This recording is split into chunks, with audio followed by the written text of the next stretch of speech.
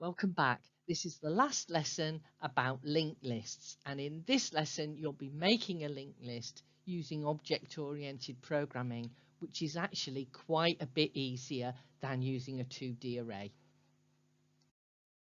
So how does object-oriented programming work?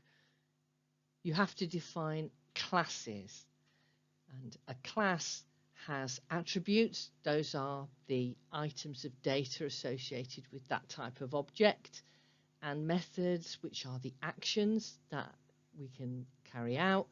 And then once you've defined your classes, you create instances of the class. Now we're going to use object-oriented programming to create a linked list. What are the classes that we need and what are their attributes? Why not have a go, pause the video, write down, jot down some ideas, because I'll tell you on the next slide. So what we're going to do is to create a class which is a single node of a linked list. And then we're going to create a linked list class which is made of nodes. So we create two classes which have different attributes, and then we're going to make methods to traverse, append, insert and delete nodes from the linked list. Now, compared to using a 2D array, it's quite a bit easier because we don't have to tell the computer which memory locations to use. It will take care of all of that. It just creates the objects that it needs in RAM, and it keeps track of where all those objects are. So we just tell it what to do, and it will do it. So as you'll see, the programming is actually a little bit easier than what we've been doing up to now. So first of all, we're going to have a look at the node class. It'll come up on the next slide. So once again, have a think about it. Write down what you think the node class will look like. What's the constructor? What are the attributes? You can use Python or you can use pseudocode. Pause the video, write it down.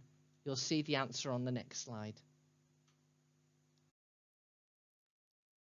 So here it is, class node, and here's the constructor.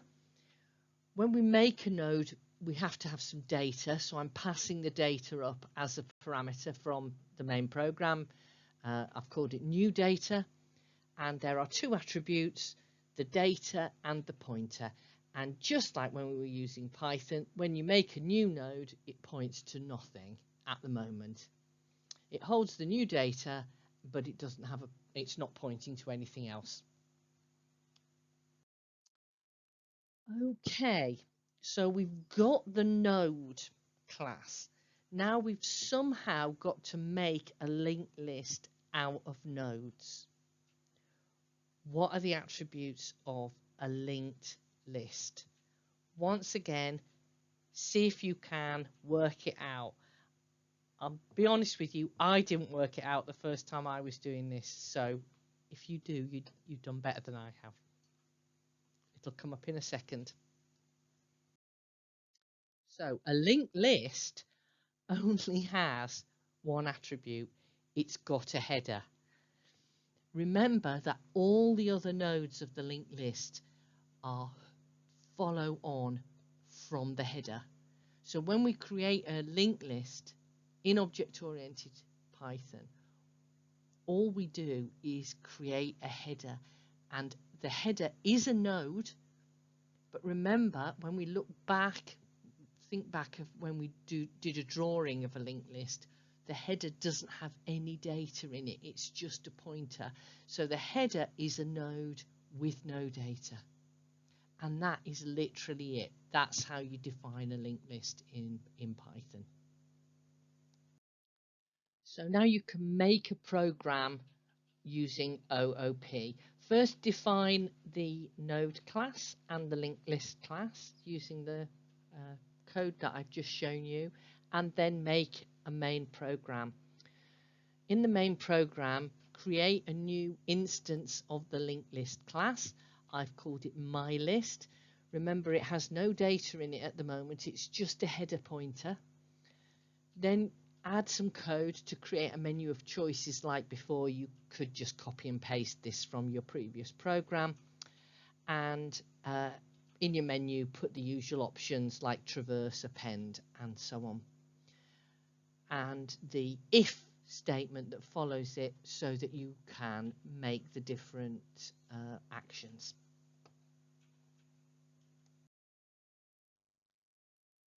So in order to make the menu work, you're going to have to add methods to the object-oriented class. 4 methods: traverse, append, insert, and delete. And you're going to have to call those methods from the main program. Your list is called mylist, so it would be mylist.traverse, mylist.append, and so on, with the open and close brackets. Not dissimilar to the program that you've written when we were using the 2D array.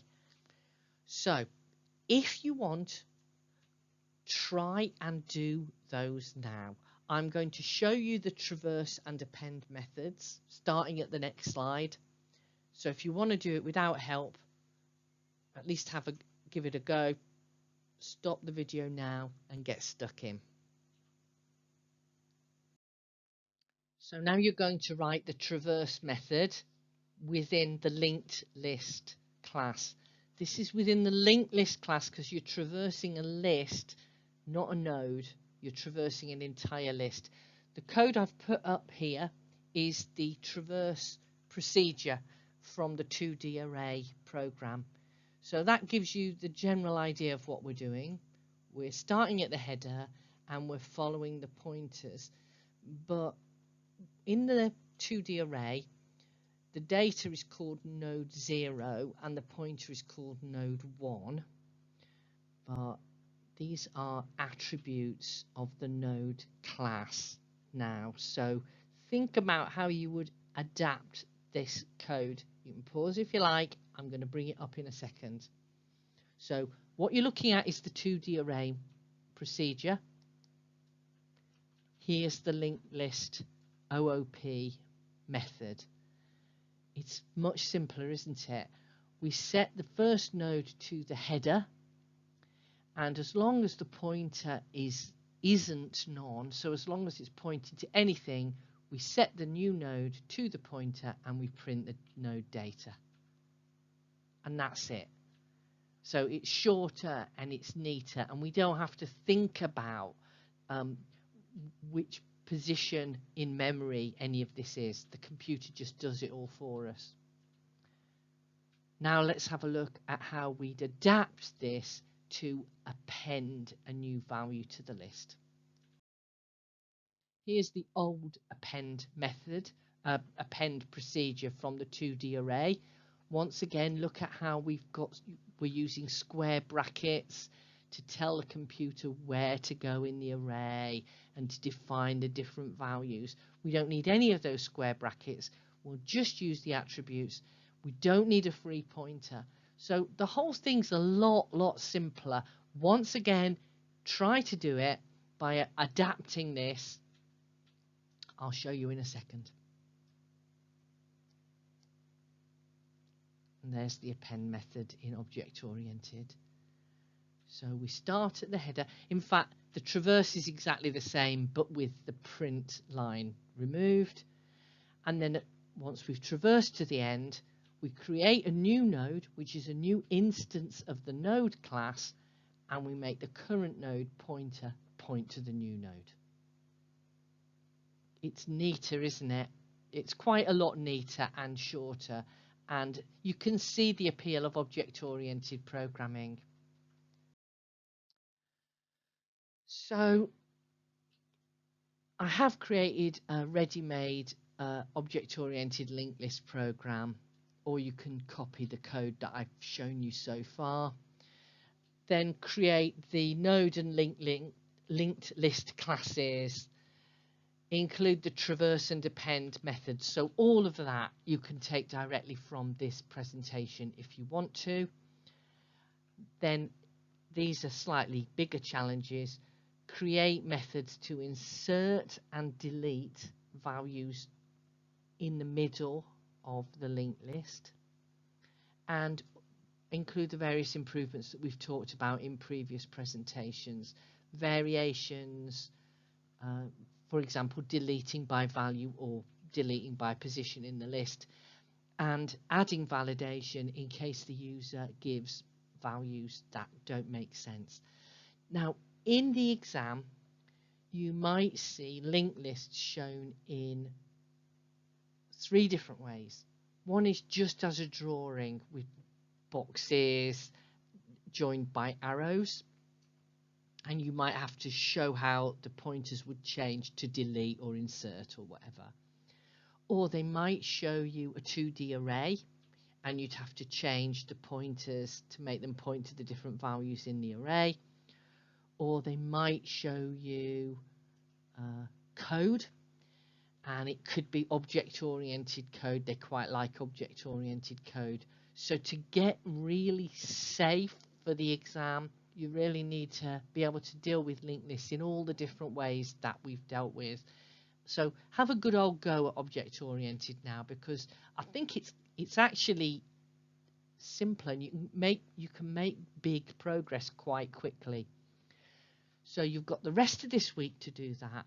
Next week we'll look at a mini mock all about linked lists, and I'll talk to you by email as well. So cheerio, and well done for sticking with linked lists. Phew, it's all over now. Well done. Take care, guys.